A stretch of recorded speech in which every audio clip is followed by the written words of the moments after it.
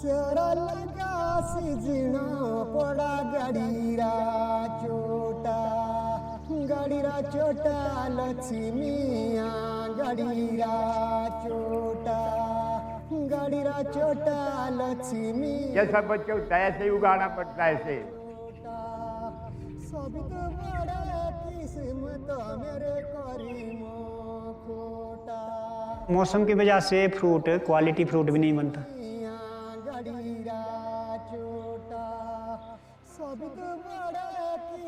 ओले से हमारी फसलें फिर खराब हो जाती, हमारा सेब कच्चा रह जाता है। इस बार की तरह नुकसान कभी नहीं हुआ। सेब सब खत्म हो गए, सूख गए, कहीं पत्ते झड़ रहे जी, दवाइयों की भी कोई असर नहीं हुआ। बागवानों को जो है बहुत मुसीबतें झेलनी पड़ी। फिर बाद में जाके मंडी में हालत बुरे हो जाते हैं।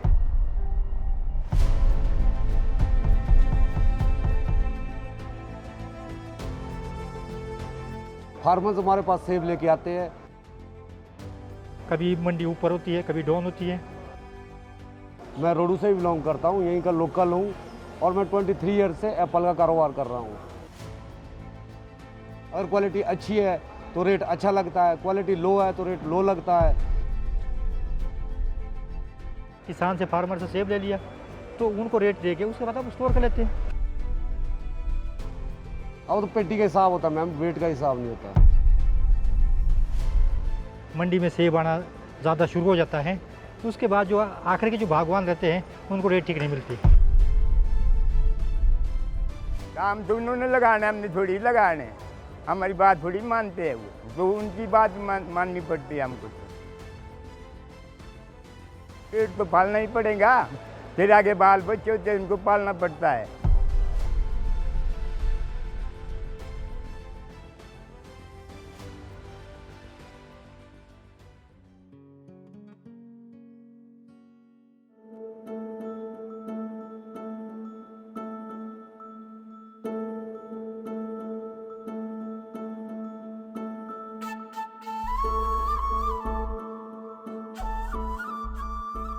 मेरा नाम सूरज सिंह।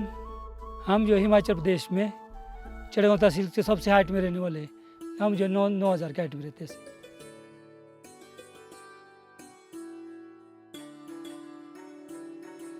मेरा नाम है थम्पूराम। पहले यहाँ पे खेती बाड़ी हुआ करती थी, अपने पहाड़ी अनाज होते थे, जो गंदम चलाई कोदा, उससे हमारे रोज़मर्रा का वो निकल जाता था सारा। तो हमारे परिवार में 3 बेटे हैं, एक मम्मी है और एक मिसेज है। बेटे बूटे तो जॉब है नहीं है इसमें, ये सारे जो हमारे फादर थे वो भी यही काम करते थे। 60-65 में मेरे फादर के पहले बगीचा लगाए थे यहाँ, तो उसमें भी अभी फसल होती है 25-30 पेटी का पौधा एक। उसके बाद फिर हमने खुद लगाए। हाइट में बगीचा उठाना भी बड़ा मुश्किल हो जाता है। यहाँ पर बहुत लेट पौधा उठता है, पर तैयार हो गया तो ये मतलब 17-80 साल में जाता भी नहीं पौधा में। कम से कम 15-20 साल लग जाते हैं पौधे बनाने में। यहाँ का जो है सेब है ये क्वालिटी फ्रूट बन जाता है और कलर ठीक आ जाता है और इसका टेस्ट भी अलग है। जो नीचे लो हाइट में लगाते लोग तो ऐसा है 5 साल में तैयार, 10 साल बाद ख़त्म। पर उनमें ऐसा रंग का सेब नहीं बनता है कि वो थोड़ा हल्का होता है।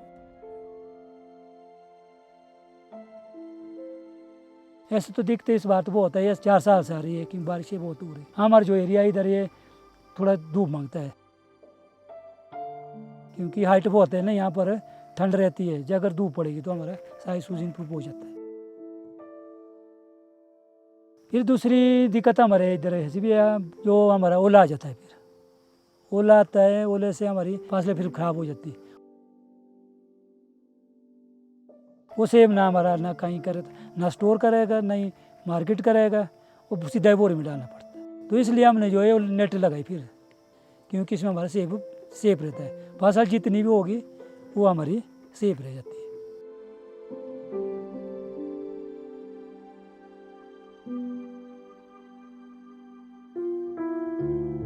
देखो हम जैसे सेब तोड़ते हैं ना, 3 बार तोड़ने पड़ते हैं, क्योंकि एक ही बार तोड़ने से हमारा सेब कच्चा रह जाता है।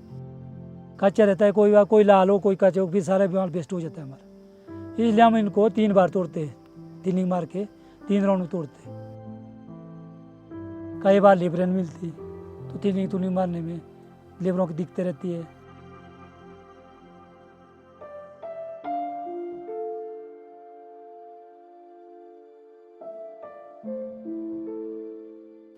आड़ती को सेब देते थे तो हमारे को पैसा मिलता था 10 किस्तों में।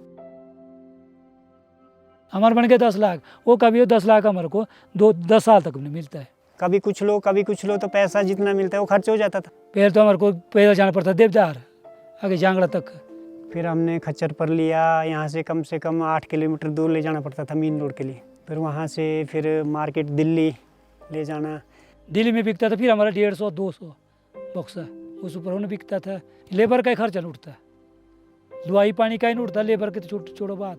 फिर ऊपर से गाड़ियों की दिक्कत रहती है, मौसम ख़राब होगा, रोड कच्चा रोड है, इधर काम सारा 4x4 का है, फिर 4x4 गाड़ी चाहिए होती है, फसल ख़राब हो जाती है, लोग आत्महत्या कर लेते हैं।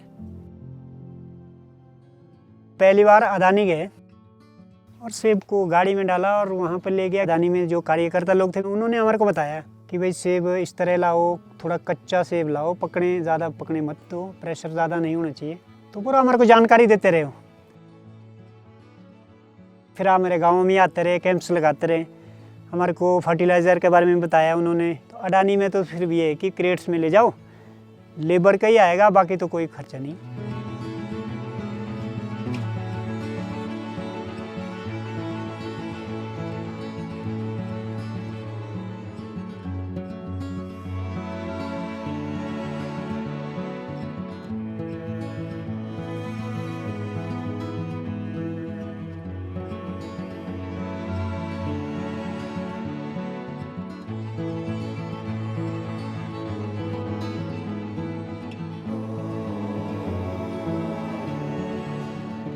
दो 2006 से ये ऑपरेशन स्टार्ट हुआ। तो उस टाइम पे फार्मर से बात करना बहुत ही टफ था। हमारे प्रोक्योरमेंट ऑफिसर्स फील्ड में लोगों के बीच गए, उनसे बात करी और उनको ये अपना सारा सिस्टम समझाया। केजी वाला कॉन्सेप्ट अदानी पहली बार लेके आया था हिमाचल में, अदरवाइज सारी सेल होती थी वो बॉक्सेस में होती थी।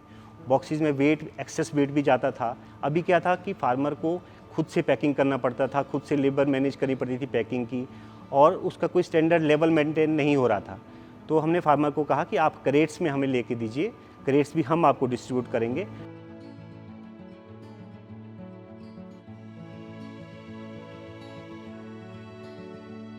और 6 to 7 डेज़ में उसका पेमेंट रिलीज़ कर दिया जाता है। ये हमारा पूरा ऑटोमेटिक सिस्टम है। तो इससे फार्मर काफ़ी खुश हुआ और हमारे साथ कनेक्ट होना शुरू हुआ। फिर उसके बाद से हमारा ये ऑपरेशन 2006 से अच्छे से चल रहा है। जब फार्मर का ट्रक हमारे डॉग पॉइंट पे आता है तो उसके बाद उसकी क्वालिटी टेस्टिंग होती है, जिसमें कुछ स्पेसिफिक पैरामीटर्स हैं जो हमारे पास करने ज़रूरी हैं। तो हमारा क्वालिटी पर्सन उन पैरामीटर्स को चेक करता है, जैसे फर्मनेस है जो आपकी 16 LB से ऊपर होनी चाहिए। दूसरा हमारा स्टार्च इंडेक्स है जो 2.5 से 3 तक होना चाहिए।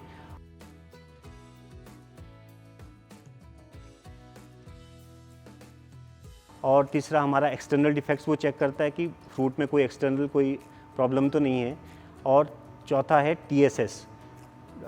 TSS में आपका 8 से 11 ब्रिक्स तक का हमारा रेंज है। अगर वो उस बीच में कंप्लीट हो जाता है तो वो लॉट अप्रूव हो जाता है। लॉट अप्रूव होने के बाद उसकी अनलोडिंग शुरू हो जाती है और अनलोडिंग के बाद वो lot sorting and grading machine की क्यू में लग जाता है। वेइंग बेल्ट पे एक प्रोसेस हमारा ऐसा है कि हम लोग जो B ग्रेड एप्पल है, जो लो ग्रेड एप्पल है, उसको छांट के अलग करते हैं और वहाँ से उसके बाद वो कैमरा सेक्शन में सारा सेब अंदर जाता है। उसमें साइज़ और कलर के हिसाब से ग्रेडिंग होती है।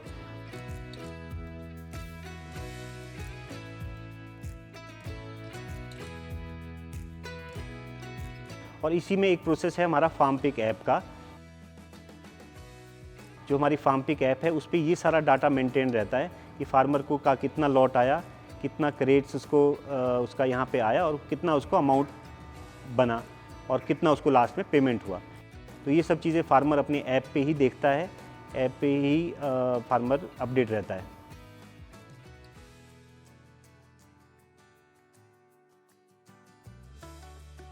तो जब हमने फार्मर से एप्पल बाय कर दिया, उनका पेमेंट प्रोसेस हो गया, तो हमारा इसके बाद इंटरनल प्रोसेस बचता है।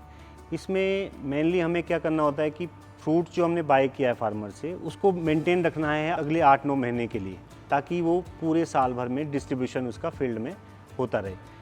तो उस चीज़ को मेंटेन करने के लिए हमारे पास सीए टेक्नोलॉजी है, जिसमें कंट्रोल्ड एटमॉस्फेयर पूरा चैम्बर का एनवायरनमेंट ही चेंज कर दिया जाता है। ये प्रोसेस स्टार्ट होता है चैम्बर की प्री कूलिंग से, उसको लगभग 5 डिग्री तक मेंटेन रखते हैं। जैसे 150 से बिन जो हमारे लगभग 280 केजी का एक बिन होता है, तो उसको हम 150 बिन तक एक चैम्बर जिसका प्री कूलिंग टेम्परेचर 5 डिग्री तक आ चुका है, उसमें हम डालना शुरू करते हैं। तो ऐसे ऐसे करके हमारी 3 फिलिंग में वो चैम्बर कंप्लीट होता है।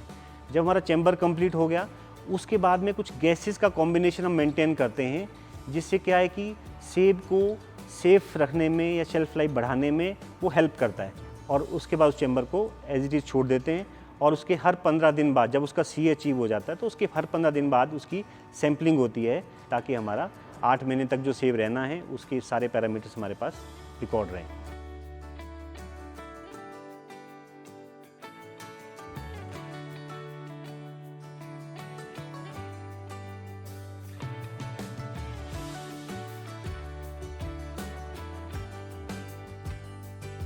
मेंटेनेंस पीरियड खत्म होने के बाद में दिसंबर से मार्केटिंग स्ट्रेटेजी के हिसाब से हमारा पैकिंग चालू होना होता है। उसके हिसाब से हम चैम्बर ओपनिंग स्टार्ट करते हैं। तो जब वो हमारा सीए से बाहर निकलता है, तो एक शॉर्ट पैकिंग मशीन है हमारे पास, और उसको कौन सा साइज़ 2 लेयर में पैक करना है, कौन सा 5 लेयर में पैक करना है, ये सब चीज़ें हमारी डिसाइड होती हैं। और उसको पाउचेज़ में और छोटे जो भी मार्केट से हमारी डिमांड आएगी, उस हिसाब से हम उसको पैक करके जो भी हमारे डिस्ट्रीब्यूशन हब्स हैं उनको वो मटेरियल डिस्पैच होता है।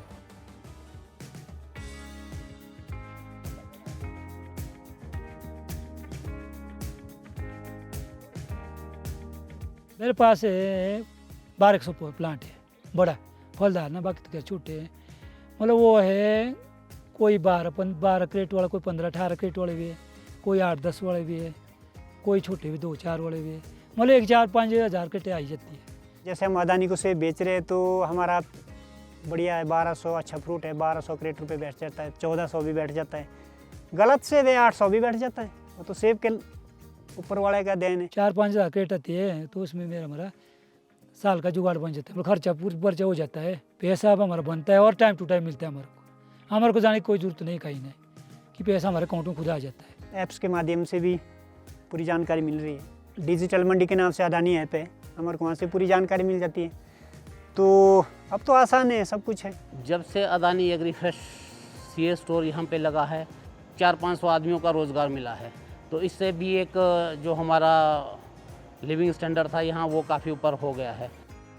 जब से मैंने अदानी ज्वाइन किया है, तब से नौकरी हमारी परमानेंट है, सैलरी टाइम टू टाइम मिल रही है, और जो पहले दिक्कतें आती थी वो दिक्कतें सारी ख़त्म हो गई है। मैंने देखा लोगों को दूर दूर जॉब के लिए जाना पड़ता था, लेकिन मुझे पता लगा कि मेरे नियर बाय बहुत स्थानीय के नज़दीक में अदानी फार्म पिक है, और मुझे अपने परिवार के साथ भी रहने का मौका मिल रहा है और साथ में जॉब करने का मौका मिल रहा है। वो ठीक चल रहा है और मेरा परिवार इससे संतुष्ट है। और हम उम्मीद करते हैं कि आने वाले समय में लोग इसका ज़्यादा से ज़्यादा फ़ायदा उठाएंगे हमारी 3 फैसिलिटीज़ का। इसके अलावा हमारी फैसिलिटीज़ काफ़ी बढ़ रही हैं, ग्रो कर रही हैं। अभी हिमाचल में हमारी 6 फैसिलिटीज़ काम कर रही हैं, और उसके अलावा हम जम्मू कश्मीर में भी फोकस कर रहे हैं अपनी फैसिलिटीज़ बढ़ाने का।